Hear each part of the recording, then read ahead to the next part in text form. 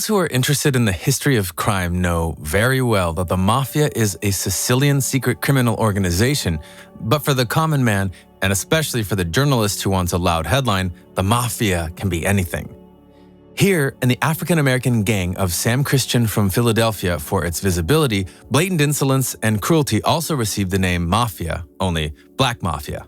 And it must be said that this gang justified its name. Here, you have the influential politicians and fighters for the rights of the black population, and high-profile crimes not leaving the front pages of all American newspapers, and exorbitant bloodshed rightfully made this gang one of the most brutal in U.S. history. So if you're interested in hearing what Sam Christian and his charges did that they are still remembered only in whispers, then meet the Philadelphia Black Mafia on the other side of the law.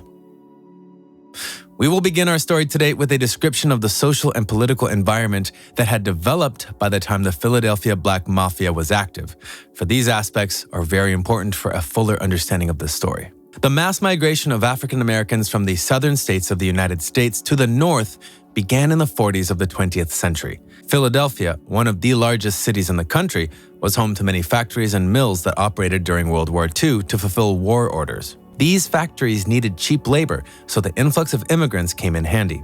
The flow of migrant workers remained large even 20 years after the end of the war, although the previous demand for such a large number of unskilled labor was no longer. In the major East Coast cities of New York, Chicago, Detroit, and Philadelphia, factories were closing one after another. This led to a sharp rise in unemployment and crime rates, and the ghetto dwellers were rapidly becoming poorer. The harsh life caused the black population to turn to more radical forms of protest. While protests in the early 1960s were largely peaceful, a decade later, under the influence of nationalist movements, the streets of cities were filled with irreconcilable struggles. The federal government tried to solve this problem. In Philadelphia, there were many public and private programs aimed at alleviating poverty and developing disadvantaged neighborhoods, but the results were not visible. These were not measures that could solve racial tensions. While city officials tried to remedy the situation by raising federal funds, the Philadelphia Police Department relied on more traditional and less expensive methods. In 1964, Philadelphia created a Civil Defense Squad. Its mission was to counter civil disturbances. The Civil Defense Squad also recruited informants and collected information on local political activists. One of the organizations the squad collected information on was the Nation of Islam. This political and religious movement of African Americans was founded in Detroit back in 1930. The Nation of Islam's beliefs were based on the values of traditional Islam, but differed greatly from it. African Americans chose Islam over Christianity for the reason that Christianity was associated with ideas of white supremacy. Islam, in their view, on the contrary, emphasized the equality of believers. The Nation of Islam's reputation in the 1960s was far from ideal. It was accused of extremism and anti-Semitism. The leader of the Nation of Islam, Elijah Muhammad, had urged blacks during World War II to avoid conscription, saying the United States had done nothing for them. He had to serve 4 years in prison for his views. After his release, Elijah began to develop the organization. In his sermons, he called for the creation of a new, separate black nation, calling blacks a new, God-chosen people. By the mid-1960s, the organization had about 500,000 registered members. It's also worth mentioning that another significant member of the Nation of Islam was a man named Malcolm X. He was for a long time the second man in the organization. He will also still appear in our narrative. In Philadelphia, as in many other cities, there was a branch of the Nation of Islam. It was a mosque under the leadership of Jeremiah Shabazz. During hard times for the Nation of Islam, Shabazz spent a lot of time preaching and recruiting new members. He was rumored to be the one who got boxer Cassius Clay, better known as Muhammad Ali, interested in his ideas. Shabazz had many connections in the Philadelphia underworld as well, and one of his followers was Samuel Christian, one of our main characters today. Samuel Christian had his first run-in with the law in 1959 when he was 14 years old. He was arrested for armed robbery along with 3 other teenagers. By the age of 20, Christian had time to add several arrests to his record for participating in illegal gambling. According to the memories of his contemporaries, he was a man of powerful physique, under 6 feet tall, weighing 220 pounds. Such guys were often called thick-necked bullies. Christian stood out even against them. Robbery, aggravated assault, and illegal carrying of weapons were just a partial list of his offenses by the time he was 20 years old. At 25, Christian almost ended up in prison. Together with 2 accomplices, he decided to rob his acquaintances who had gathered to play cards. It was not the first time Christian chose people he knew personally as victims. All the participants in the robbery wore stockings over their heads to conceal their identity. However, things did not go according to plan during this robbery.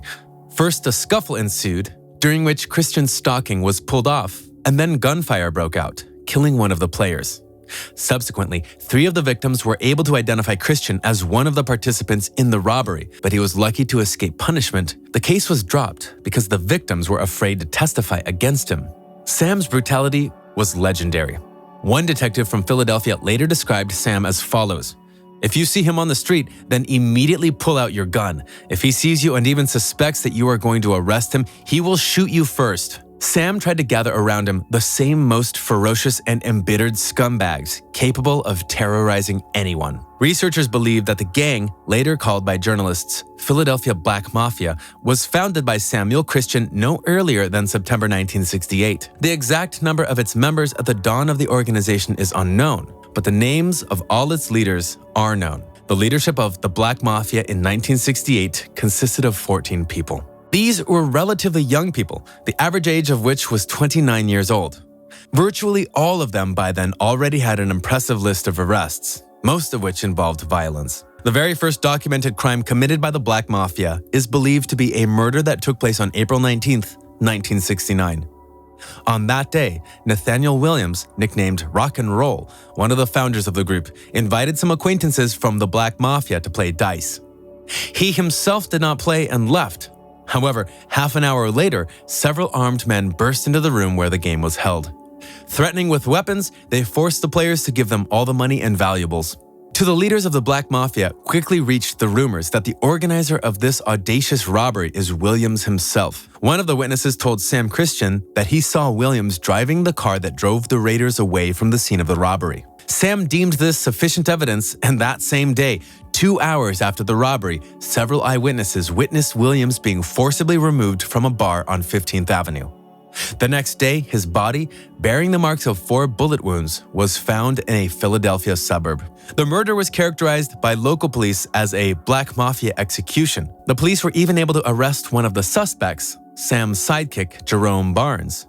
But due to a lack of evidence and no witnesses who would agree to identify him, all charges were dropped against him. In May of that year, a member of the Black Mafia, Richard James, beat up a City Hall official, David Truly. Truly was about to appear as a witness in a major fraud trial. The Black Mafia was hired to deal with him. An unknown man called Truly at home and told him he had documents that might be of interest to him.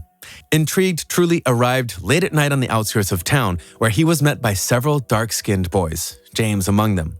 Having ascertained that the official was before them, they informed him that the documents would soon be brought by a mutual friend of theirs, and in the meantime offered to walk to the meeting place. Truly refused, whereupon they immediately began to beat him. Before he lost consciousness, he managed to scream. His scream attracted the attention of a passerby who scared the attackers away. Thanks to him, David Truly survived. Richard James was arrested 6 months after the incident in New York, where he had gone, according to police reports, to carry out a contract killing. However, James never had time to testify. On February 21, 1971, he was found dead in his prison cell. The cause of death was an overdose of heroin. Apparently, his death was staged by members of the Black Mafia who feared that James would talk during interrogations. In those days, the Black Mafia operated only in the African-American neighborhoods of Philadelphia. The circle of its interests at first consisted only of robbery and extortion. The victims of the group were black businessmen who were not always in good relations with the law. Occasionally, as in the case of David Truly, the group was involved in contract killings or intimidation.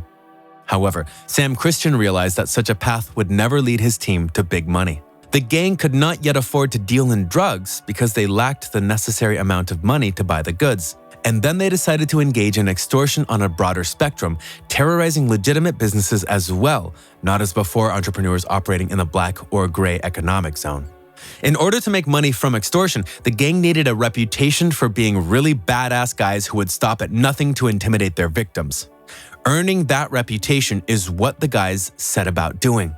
On several occasions, in 1969 and 1970, Sam Christian and his associates, in broad daylight, shot up the windows of bars whose owners did not want to share their profits with him. On September 21st, 1970, several members of the Black Mafia broke into a bar where they shot and killed the bartender and took $250 from the cash register. The incident occurred in the evening, and there were customers in the bar, but no charges were filed because none of the witnesses agreed to cooperate with the police. The reputation of the group grew rapidly.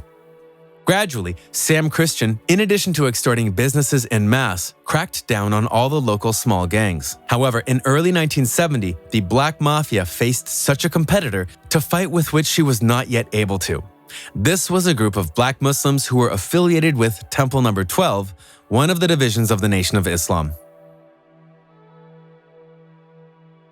By the late 1960s, the number of black Muslims in Philadelphia was about 10,000. It is not possible to determine how many of them were members of the Nation of Islam. What can be accurately said is that in 1969, the criminal wing of the Philadelphia branch of the Nation of Islam far outnumbered the nascent Black Mafia, both in number of members and weapons. A confrontation between the two groups seemed inevitable, as did the defeat of the Black Mafia. Therefore, faced with the prospect of a war for spheres of influence, Sam Christian decided to make the Black Mafia from the Black Mafia Squad Temple No. 12. In addition, many members of the Black Mafia professed Islam and were members of the mosque.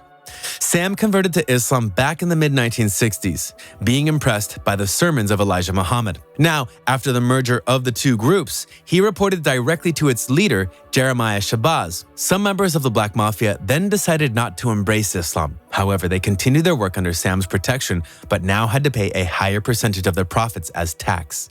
The alliance with the Nation of Islam opened new horizons for the Black Mafia. From now on, its members did not need to worry about their safety. If the victims had previously tried not to testify against members of the Black Mafia, now they would not. The top leadership of the Black Mafia at first was unhappy that part of their profits will have to share with the temple. It was about $4,000 a month, but quickly realized that for this small amount, acquired much more.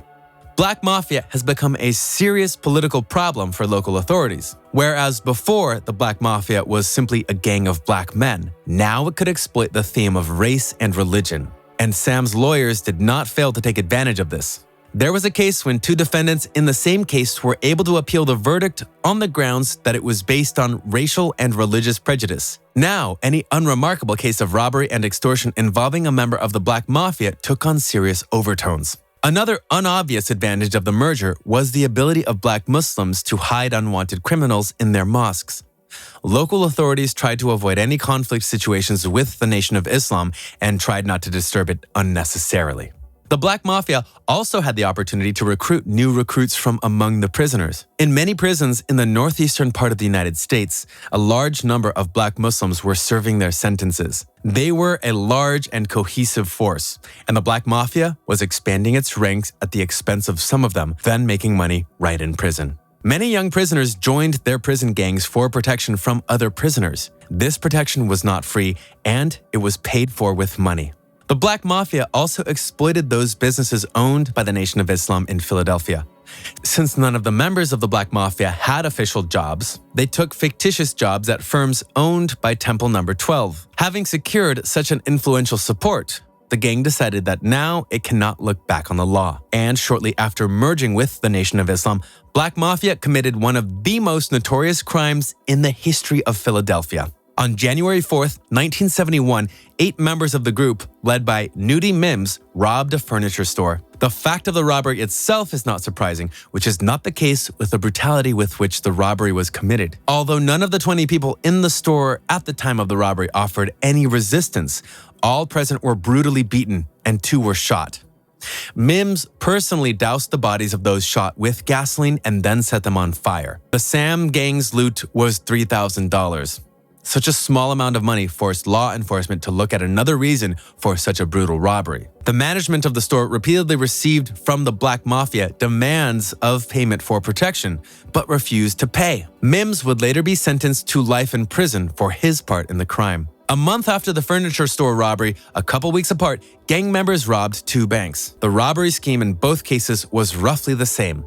Threatening with guns, they ordered all bank employees to remove their clothes and then beat them up. These 2 robberies enriched the Black Mafia by $12,000.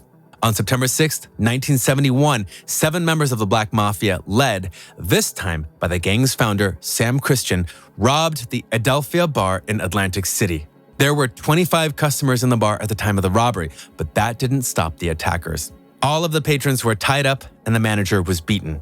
The proceeds amounted to $14,500. Gradually, information about these and other Black Mafia crimes became public. In the spring of 1971, a reporter was interviewing an inmate in prison about drug use, and the inmate mentioned the Black Mafia. The reporter interrogated the inmate as to exactly what he meant. The inmate, clearly nervous about accidentally mentioning such important people, told the reporter that the Black Mafia was rumored to be a gang of badass killers who had controlled the entire drug trade in the local ghetto for the past 5 years.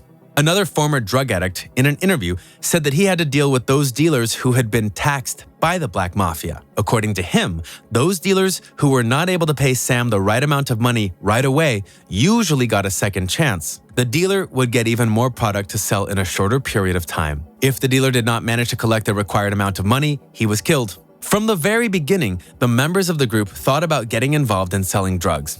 At first, the only thing that stopped them was the lack of money. However, over time, as the Black Mafia grew in power, it managed to take control of many street drug dealers. In those years, the most popular drug in Philadelphia's black neighborhoods was heroin. Most of the heroin in Philadelphia was shipped through New York, through channels that Frank Matthews had established. While at home in New York, he sold heroin through a network of his own dealers. He operated differently in other cities. He sold the product in bulk to local dealers who sold it themselves. In Philadelphia, Frank Matthews cooperated with Tyrone Palmer. However, on April 2, 1972, Palmer was murdered by members of the Black Mafia. He was shot and killed in front of a huge crowd at the Harlem nightclub in Atlantic City. This club, where Frank Sinatra himself once liked to have breakfast, became the scene of a real massacre. During the shootout, in addition to Palmer, was killed one of his bodyguards and 3 women who accompanied the drug dealer. About 20 people were injured during the indiscriminate shooting and the ensuing panic. Almost all members of the Black Mafia, including Sam Christian, were able to leave the club, but almost all of them were soon apprehended by police officers. Only Sam Christian was able to leave Atlantic City. He managed to make his way to Chicago, where he found refuge in the mosques of the Nation of Islam. Palmer's murder was a signal to Matthews, a warning that he must share with the Black Mafia the income he had earned in its territory. Matthews did not immediately take the hint, and so Sam's men had to take out 3 more drug dealers connected to him. Only after this string of murders did Matthews agree to pay 10% of money he earned in Philadelphia. As for the investigation of the murders, it ended the same way as many other Black Mafia cases. All charges were dropped, as the victims and witnesses categorically refused to appear in court and testify. Part of the murdered Tyrone Palmer's place was taken by Benjamin Major Coxon. Coxon can rightfully be considered one of the most colorful figures, not only of Philadelphia, but of the entire American underworld. Businessman, civil rights activist, owner of one of the biggest nightclubs in Philadelphia, who could boast of friendship with such a man as the great boxer Muhammad Ali. Suffice it to say that after one of his victories, Muhammad Ali said on live television that he was dedicating it to his friend, the next mayor of Camden, New Jersey, Mayor Coxon. In 1972, Coxon did run for mayor of Camden, a small town in suburban Philadelphia, but failed. Coxon quickly realized that it was better to maintain good relations with the Black Mafia. For his part, he provided the gang with many connections in the drug trade and helped launder money. Together with the Black Mafia, Major registered several companies and also gave a lot of advice on what kind of financial fraud is more profitable to engage in. It was on Coxon's advice that the gang developed a fraudulent scheme involving a shell company called Pyramid Enterprises, Inc. It was perhaps one of the few Black Mafia cases that did not involve bloodshed. The essence of the scam involved credit card applications made in the fictitious names of employees of a firm that never existed. The credit card companies obtained 2 phone numbers for the firm, calls to which were forwarded to a fake pyramid employee. When bank employees called the firm to verify that the applicant was an employee, they were given all of the information. Meanwhile, several organizations, including DEA, were tracking Frank Matthews' activities. On January 5, 1973, he was arrested in Las Vegas. Matthews was indicted on a number of charges related to the possession and distribution of over $1.5 million worth of narcotics. Around the same time, the Internal Revenue Service came after Matthews. It filed a lawsuit against Matthews to recover $7 million. Matthews could be behind bars for 50 years. The amount of bail in his case was about $5 million, but the lawyers managed to reduce it to $100,000. After that bail was posted, Matthews was released from jail. Since then, he has never been seen again. There were rumors that he had hidden $20 million in a safe place and then took it and fled the country. In any case, Matthews disappeared without a trace. With his departure, the Black Mafia lost a significant amount of profits. In addition, with Matthews gone, there was a fully operational network of distributors to whom Matthews had supplied the product. And it was without the product. The Black Mafia decided to take advantage of that. That's where Coxon came in. Thanks to his connections, he was able to find a supplier from New York, rumored to be connected to the Gambino family. He began to deliver the goods from New York to Philadelphia, and the Black Mafia sold it through a network of dealers from whom previously extorted money and now forced to work for themselves. In January 1973, the activities of the Black Mafia drew increased attention not only from law enforcement, but also from the federal media. If previously only residents of Philadelphia and the suburbs knew about the Black Mafia, after the commission of this monstrously brutal murder, its popularity reached a new level. In the mid-50s, a young man named Ernest Timothy McGee joined the Nation of Islam. Through his oratorical skills, McGee was able to attract the attention of Nation of Islam leaders, including Malcolm X and Elijah Muhammad. They were impressed with his abilities and began to promote his career within the ranks of the organization. However, he soon fell into disgrace. His beliefs were at odds with the policies the organization sought to implement. After one particular heated argument with Elijah, Ernest McGee moved to New York City, where he converted to the Sunni branch of Islam and opened a Hanafi center in Harlem. He also changed his name. His name was now Hamas Abdul Khalis, and began to develop his movement. By the end of 1972, Khalis's movement had about 1,000 members. Khalis decided that the moment had come when he could confront his former comrades in the Nation of Islam in an ideological dispute. He wrote a letter of denunciation and sent it to 57 Nation of Islam mosques across the country. In this letter, Khalis denounced Black Muslims and Elijah Muhammad, calling him a false prophet and a lying deceiver.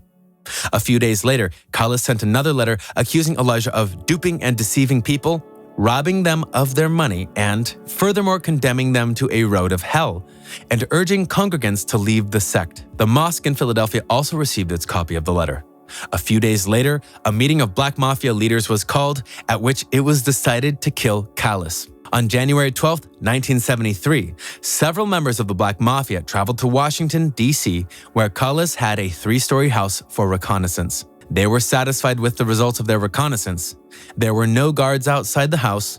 The house itself was located on a street corner, and a busy highway ran next to it. On the morning of January 17th, John Clark, a Black Mafia hitman, called Sam Christian and uttered the code phrase, "Bring your shoes." This was the signal to send an armed team to Washington. The 7 Black Mafia operatives acted on a prearranged plan. John Clark called Khalis's home and introduced himself as Tommy Jones and inquired about the possibility of purchasing some religious pamphlets. The phone was answered not by Khalis himself, but by his 22-year-old daughter, Amina, who, not sensing a trick, replied that the pamphlets were in stock and could be picked up in the afternoon, around 2 o'clock in the afternoon.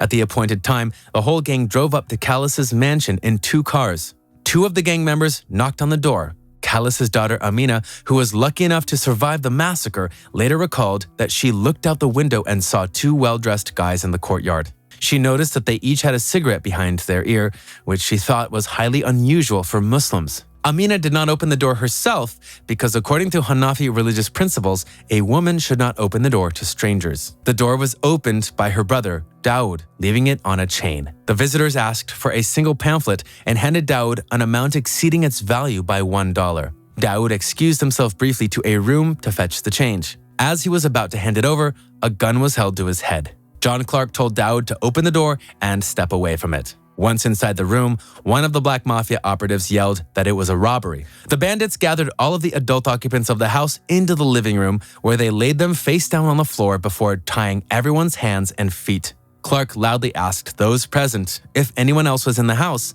to which he was told that there were 3 children on the upper floors. Clark ordered his men to find all the people in the house. As they searched, the bandits simultaneously went through their belongings looking for anything of value. Clark asked Daoud and Amina where they were hiding the money. He was convinced that such a wealthy house was bound to have a huge stash of money. When they told him that there was no stash and that the money was only enough for small expenses, he ordered all the hostages to be taken to the basement. One of the attackers told Clark that he had noticed a safe in the bedroom. When Daoud gave Clark the key, it turned out that the safe was empty. An enraged Clark took Daoud to a prayer room, forced him on his knees, and then shot him 3 times in the head. After disposing of Daoud, Clark asked Amina why her father had written those letters. Amina replied that she had never meddled in her father's affairs. Clark took her to the 3rd floor and ordered her to kneel down and shot her. Incredibly, the girl managed to survive. Lying on the floor, she witnessed one of Clark's accomplices massacre her younger brother. At that moment, one of the accomplices noted that Amina was breathing. He shot her twice more in the head. Amina experienced terrible pain, but managed to survive.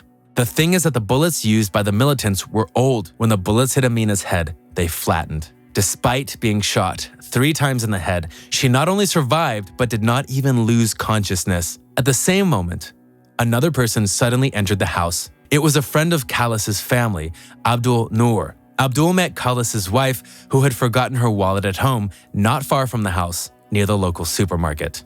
Abdul agreed to make a quick trip to her house and bring it back. When he drove to the Khalas's house, he did not notice anything strange. After Noor opened the door, 3 Black Mafia operatives jumped on him, tied him up, and gagged him. He was then taken to the 3rd floor, where he was killed by 2 gunshots. That left the children. One of the gang members, James Price, reasonably remarked that he thought it was unnecessary to kill the younger ones because they were too young to recognize the attackers. According to survivor Amina's recollection, he also uttered a phrase, the meaning of which was that he had only signed up to rob Hamas's house and possibly kill him, but not to massacre him. The other assailant, later identified as Ronald Harvey, replied to him that they too should die because they were the scions of a hypocrite. Everyone in the house at the time of the attack was killed, except for Amina, who was seriously wounded. However, the main target of the attackers, Khalas himself, was not among them. The assassins decided to wait for him as well. Khalas's wife, Haja, was outside the supermarket waiting for Abdul Noor to bring her purse. The journey from the supermarket to her house took no more than 10 minutes. Haja called home from a payphone, but no one answered. The worried woman went to the coffee shop where Khalas was staying and told him that no one was answering the phone at home. The couple drove Khalas's car to their house, near which they saw Abdul Noor's car parked. The front door to their house was locked. Haja knocked loudly on the door and saw the face of an unfamiliar man in a neighboring window. Khalas loudly asked who it was, in response to which Ron Harvey shouted, "It's Tommy." At that moment, Khalas realized that something terrible had happened. He yelled to his wife to immediately go to the neighbors and call the police. He then went to the front door, which at that moment opened. Ron Harvey attempted to pull Khalas inside, but the man, being a rather strong man, managed to break free and run away from his house. Ron Harvey ran after him, but realized that he would only attract the attention of passersby. So he turned around and ran to the back door. The other accomplices in the attack at that point thought that Khalas had brought police officers into the house and fled. Khalas managed to jump into his car, hoping that he could catch up with at least one of the criminals. However, he soon lost sight of them and drove back to his house. All of the attackers were able to leave Washington unharmed. The Black Mafia had completely failed. Khalas survived. The assailants themselves left a mass of crucial evidence against themselves at the crime scene. The financial gain was negligible. The criminals were only able to find $1,000 at Khalas's home. They donated $2,000 to the temple and divided the remaining $800 among themselves. The result of this unprecedented in its brutality murder was the death of 7 people. It shook the entire United States. The reaction of Nation of Islam officials to it was interesting. Jeremiah Shabazz, when asked by reporters whether the attackers were really members of Temple 12, said that he did not want to answer that question because journalists would write that the attackers were black Muslims. Another Nation of Islam leader, Louis Farrakhan, went even further, saying the crime was the work of FBI agents trying to discredit his movement. A grief-stricken Callis blamed the Nation of Islam for the crime in each of his many interviews. Even boxer Muhammad Ali, whom Callis accused of funding black Muslims, got in trouble. The boxer had to issue a special address to the press in which he categorically denied the involvement of the Nation of Islam in the crime. Law enforcement authorities thought otherwise. Near the scene of the crime, police found a suitcase containing a .38 caliber handgun, a copy of the Philadelphia Daily News, several credit cards that belonged to a man named Willie Horton, and a pay stub in the name of John Clark. It turned out that the gun belonged to a member of the Philadelphia chapter of the Nation of Islam, and the credit cards belonged to a man who had been robbed by members of the Black Mafia a few months earlier. The same credit card was used by criminals to pay for a hotel room where the gang stayed the night before the murder. As a result, everyone involved in the attack was arrested. Despite the abundance of circumstantial evidence, the most valuable testimony came from one of the participants in the attack, James Price. On June 7, 1973, Amina Khalif identified him as one of the participants in the January 1973 attack. In addition to being charged with this crime, Price was also charged with several crimes in Philadelphia. Eager to save himself from the death penalty, Price agreed to cooperate with law enforcement. Price confessed to the crime on July 3, 1973. FBI agents obtained a 45-page confession in which Price outlined all the circumstances of the crime in Washington. The other participants in the crime were indicted on August 15th of that year. The court announced the verdict in this case in 1974. 4 of the 7 assailants were sentenced to life imprisonment. James Price actively cooperated with the investigation and could count on a lesser term. But in the fall of 1974, he was killed in prison. Only one participant in the attack, Jerome Sinclair, was able to escape punishment. The court acquitted him due to a lack of evidence. Hollis was outraged by the judge's verdict. He had expected all the killers to be sentenced to death. He was so hungry for justice that a few years later, in March 1977, he led an armed Hanafi group that took over a government building in downtown Washington, D.C. He was so eager for justice that he led an armed group of Hanafis to take over the government building. For 2 days, the group held about 150 people hostage. Callis demanded that his family's murderers be extradited to him, as well as those involved in the assassination of preacher Malcolm X. None of these demands were met. 39 hours after the building was seized, the hostages were released. Hamas Callis was sentenced to 40 years in prison. He never got what he thought was a fair sentence for the killers and died in prison in 2003. But let's go back for a bit. In the spring of 1973, the Black Mafia was at the height of its power. The fact that after the massacre in Washington, the group was under the scrutiny of the authorities did not bother Sam Christian. He was confident in his own impunity. The fame of the gang in the criminal world has reached such heights that it even had imitators.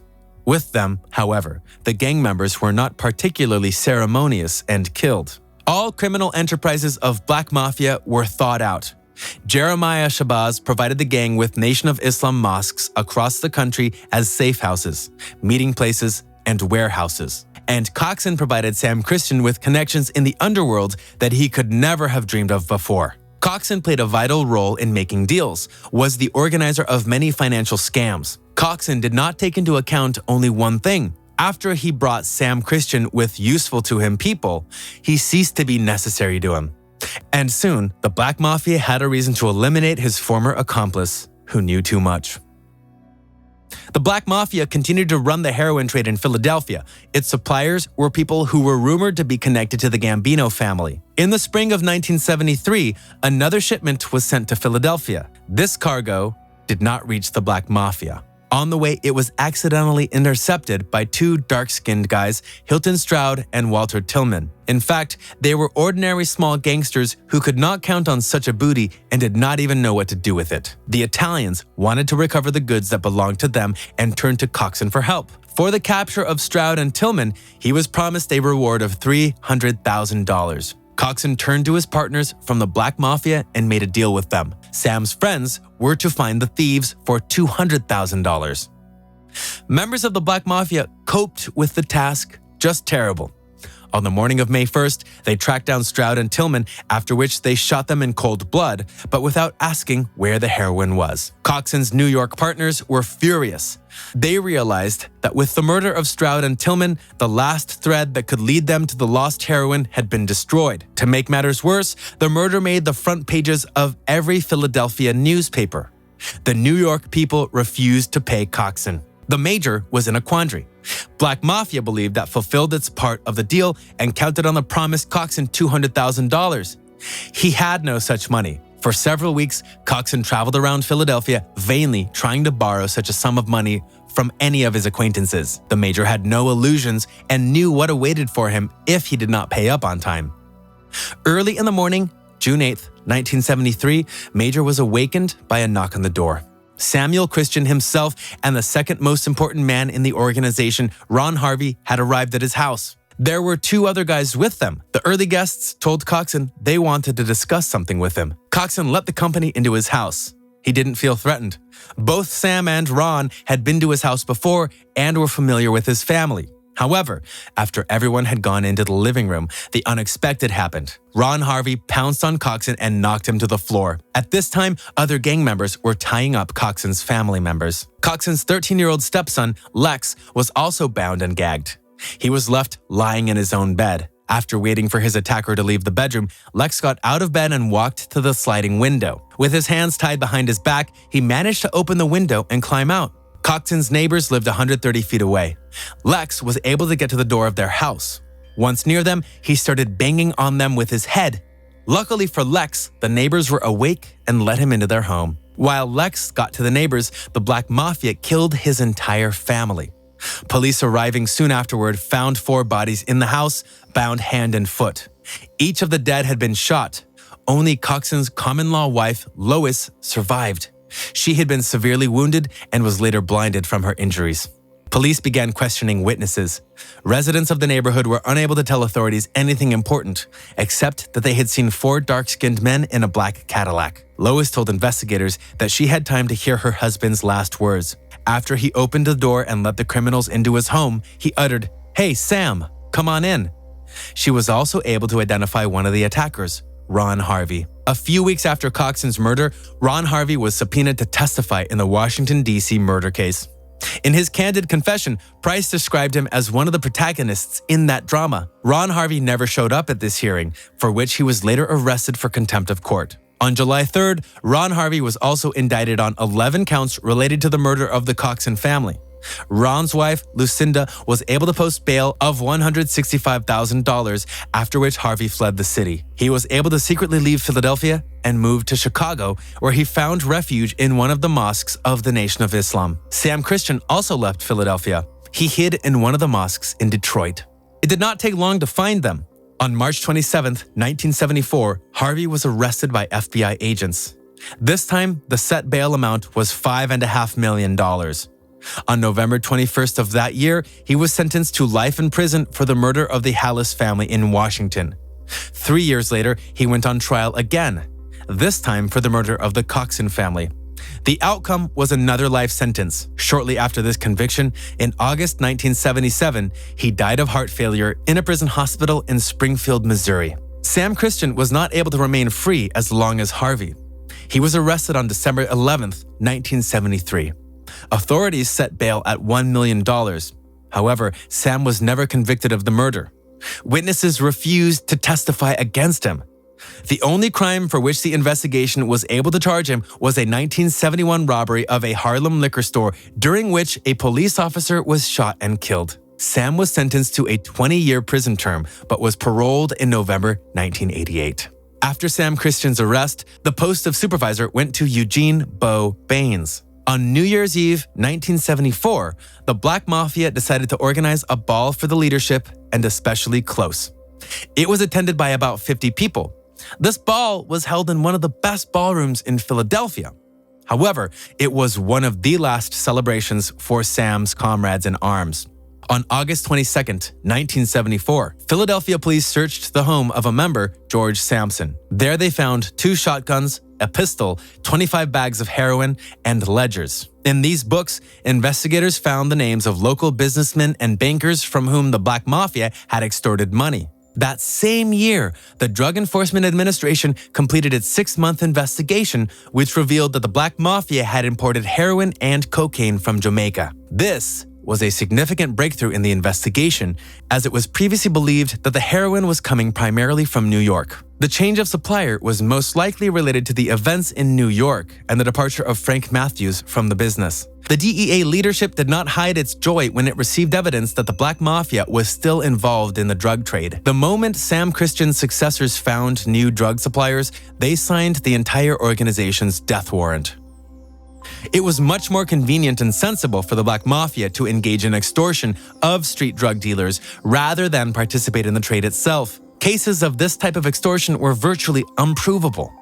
However, the leadership of the Black Mafia made a fatal mistake. It was not satisfied with the tribute it was receiving from local drug dealers.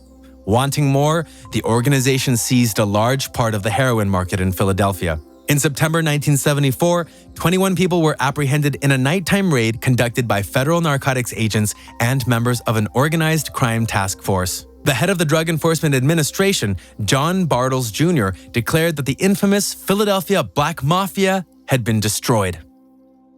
On September 11th of that year, a grand jury indicted Eugene Baines, James Fox, Eugene Hearn, and other gang members on charges of running a large drug distribution network. The DEA estimated that the Black Mafia accounted for more than 60% of heroin sales in Philadelphia. Around the same time, the Black Mafia's patrons began to have problems. On February 25, 1975, the longtime leader of the Nation of Islam, Elijah Muhammad, passed away. In the last years of his reign, he had greatly loosened his control over the organization's affiliates. This allowed the Black Mafia to enjoy a great deal of freedom in Philadelphia. There were even rumors that the Muslim mosque in Philadelphia would be disbanded because of the bad publicity it was bringing on the entire movement. It did not come to disbandment, but Elijah's successors changed the face of the organization itself beyond recognition. After Elijah Muhammad's death, his son, Wallace Fard Muhammad, became the new leader of the Nation of Islam. He introduced a series of reforms that allowed the organization to say goodbye to its reputation as radicals. These reforms proved to be momentous for the Philadelphia branch of the Nation of Islam. The leader of Philadelphia's Black Muslims, Jeremiah Shabazz, was appointed head of the entire East Coast branches. It was essentially an honorable exile. In 1976, Shabazz finally left the organization. The Philadelphia branch of the Nation of Islam lost its former influence. The influence of the Black Mafia diminished. The arrests of its leaders, as well as the restructuring initiated by the new leaders of the Nation of Islam, put the organization on the verge of disbandment. Other gangs sensed this moment and began to regain lost territory. On June 15, 1975, the interim Sam Christian, Jerome Barnes, was fatally shot in broad daylight. The leaders of the gang, which had recently terrorized others, now found themselves victimized by rivals. On November 5th, 1975, Herschel Williams was murdered. One of the founders of the organization was killed because of a debt of $2,000 for the supply of cocaine. However, there is an opinion that such a small amount of debt could not have been the reason for the massacre, and in fact Herschel was shot because of the desire of other members of the Black Mafia, Roy Hoskins and Lonnie Dawson, to take over his drug-dealing territory. Hoskins and Dawson were soon arrested and sentenced to life terms. In the 1980s, many members of the Black Mafia found themselves on the loose.